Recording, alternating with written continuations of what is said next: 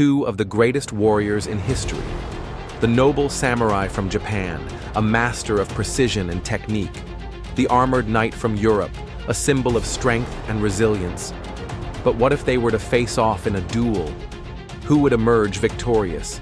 Let's break it down. Samurai were the elite warriors of feudal Japan, serving their lords with unwavering loyalty under the Bushido Code. Their way of life was dedicated to discipline, mastery of the sword, and absolute honor in battle. Knights, on the other hand, were the heavily armored warriors of medieval Europe, shaped by centuries of warfare and chivalry. Trained in combat from a young age, they fought for their king, their land, and their faith. Both warriors were products of their time, but how do they compare when facing each other? The samurai wielded the legendary katana, a razor-sharp blade known for its cutting ability and speed. In addition, they often carried a wakizashi, a shorter sword for close combat, and a yumi, a longbow for ranged attacks. The knight's primary weapon was the longsword or broadsword, designed to deliver powerful strikes. Many knights also used a lance for mounted combat and carried a sturdy shield for extra protection. Samurai armor, known as o-yoroi, or domaru, was made of lacquered plates and silk bindings. This provided excellent mobility while still offering protection. However, it was designed more for speed than for pure defense.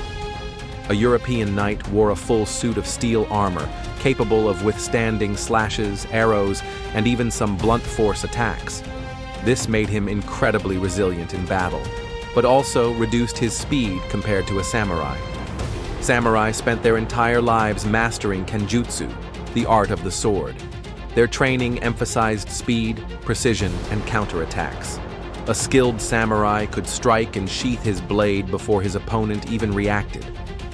Knights trained in a variety of weapons and techniques, both on foot and on horseback. Their combat style relied on endurance and brute force, using their armor to absorb damage while dealing heavy strikes. Let's analyze their strengths and weaknesses in different combat scenarios. The samurai's yumi longbow would give him the edge at a distance, allowing him to attack before the knight got close. The knight's heavy armor makes him nearly impervious to slashes, meaning the samurai must find weak points in the joints of the armor.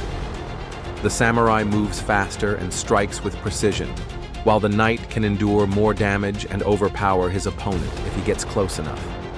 Picture this. The samurai and knight meet on neutral ground. The samurai starts by testing the knight's defenses with quick slashes, but the knight's armor absorbs most of the damage. The knight counters with a powerful overhead strike, but the samurai dodges with incredible speed. Realizing that brute force won't work, the samurai aims for the weak points in the knight's armor, his joints and neck. But the knight is no easy target. Using his shield, he rushes forward and lands a powerful blow, knocking the samurai to the ground. At this point, victory could go either way.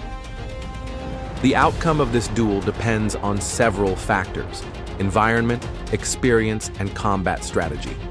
If the fight is fast-paced, the samurai's agility and technique could allow him to find an opening and strike a decisive blow.